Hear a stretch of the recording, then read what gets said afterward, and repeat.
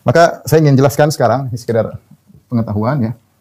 Apa bedanya antara usul fikih, ini filosofi aja, usul fikih, fikih dengan kaidah al-fiqhiyah. Usul fikih, berarti kan ya, ada usul fikih. Usul al-fiqh. Atau al-qawaid al-usuliyah ya. Ini pembahasannya adalah tentang apa? Tentang kebanyakannya tentang dalalatul alfaz, tentang penunjukan lafal. Penunjukan lafal dalam bahasa Arab. Karena apa? Karena Al-Quran dan Sunnah dalam bahasa Arab. Nah, kita ingin tahu sebenarnya apa penunjukan lafal-lafal dalam bahasa Arab ya. Apakah menunjukkan lafal tersebut menunjukkan wajib, perintah tersebut wajib atau larangan tersebut haram, ataukah umum khusus? Ini pembahasan usul fikih. Pembahasan usul fikih. Umum khusus, mutlak, muqayyad. Ini pembahasan usul fikih.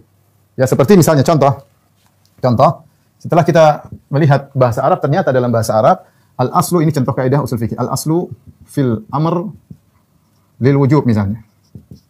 Asal dalam perintah adalah wajib. Dalam perintah adalah wajib. Ini contoh. Perintah adalah wajib. Ini kaidah usul fikih. Misalnya juga al-aslu fin nahyi at-tahrim misalnya. Al-aslu fin nahyi bit-tahrim. Asal dalam larangan adalah haram misalnya. Asal dalam larangan adalah pengharaman, Dan kaidah-kaidah lain, masalah umum, masalah khusus, mutlak, muqayyad. Lafal ini asalnya umum, lafal begini asalnya khusus, lafal begini asalnya mutlak, lafal begini asalnya muqayyad. Ini semua berkaitan dengan bahasa Arab. Makanya di antara ilmu yang sangat penting agar bisa memahami usul fikih, dia harus pandai bahasa Arab. Karena kita sedang berkutat mengenai nas yang berbahasa Arab, baik Al-Quran maupun hadis. Nah, fungsi usul fikih ini adalah sebagai alat untuk mengambil hukum dari suatu dalil. Fungsinya untuk mengeluarkan usul hukum fikih, untuk mengeluarkan hukum fikih.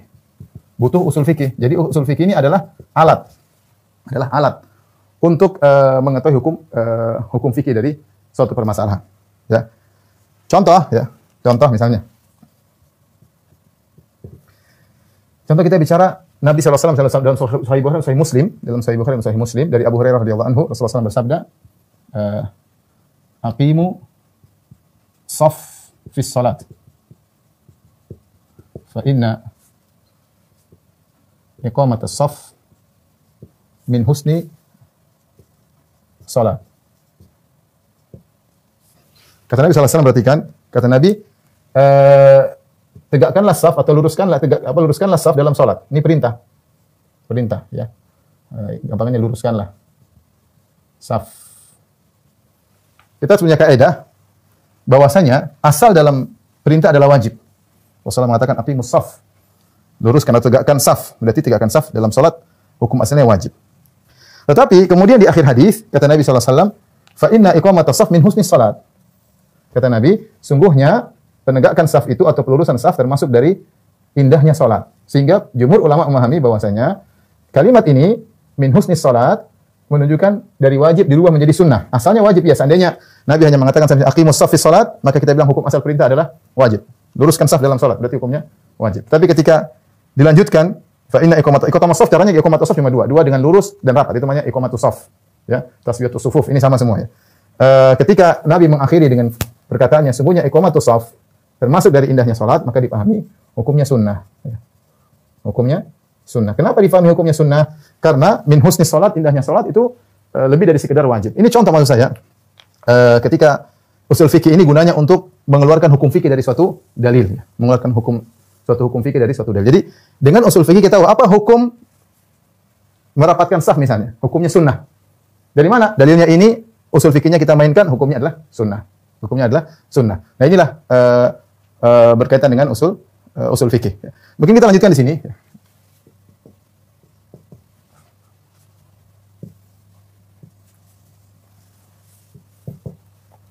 Dari sini kita tahu secara teori harusnya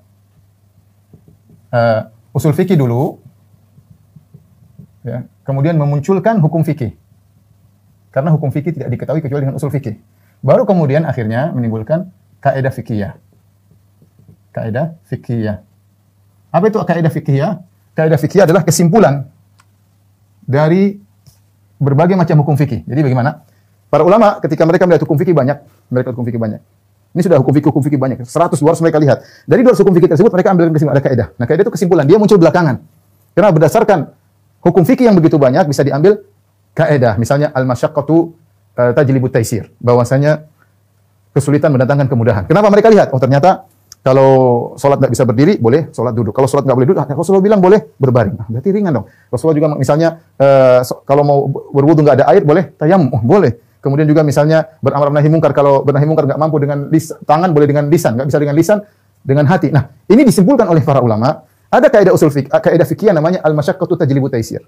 Bahwasanya kesulitan mendatangkan kemudahan. Nah, ini maksudnya kaidah fikih. Jadi kaidah itu kesimpulan dari sekian banyak dalil hukum fikih yang dibawa sebanyak dalil. Jadi kaidah itu muncul dengan dalil.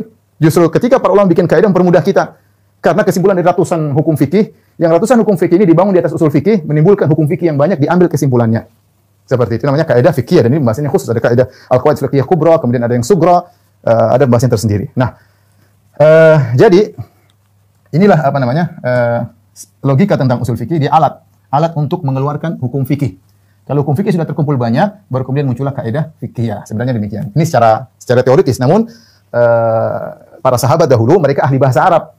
Ketika mereka ahli bahasa Arab, secara otomatis mereka ahli usul fikih, karena usul fikih adalah mengenai penunjukan bahasa Arab. Ketika para sahabat ahli bahasa Arab dan mereka membaca Al-Quran, mereka mendengar Nabi, mereka langsung tahu maksud Nabi. Mereka langsung tahu maksud Allah Subhanahu Wa Taala secara sederhana, karena mereka ahli bahasa Arab. Ya, kecuali ada bahasan-bahasan berikutnya. Nah, oleh karenanya kemungkinan muncul khilaf dalam masalah fikih kemungkinannya besar ya, karena terkadang ada dua hukum yang harus dikompromikan, ada dua dalil yang harus dikompromikan. Bagaimana cara memandang secara usul fikih, ini akhirnya menimbulkan hukum fikih yang terkadang berbeda-beda. Jadi ini mukadimah saya ingin menyampaikan bahwasanya yang kita bahas adalah fikihnya. Jadi kita akan bahas apa hukum fikih secara langsung dalam praktek kita kehidupan sehari-hari. Bukan usul fikihnya, bukan qawaid al-fikihiyahnya, tapi langsung masalah usul fikihnya.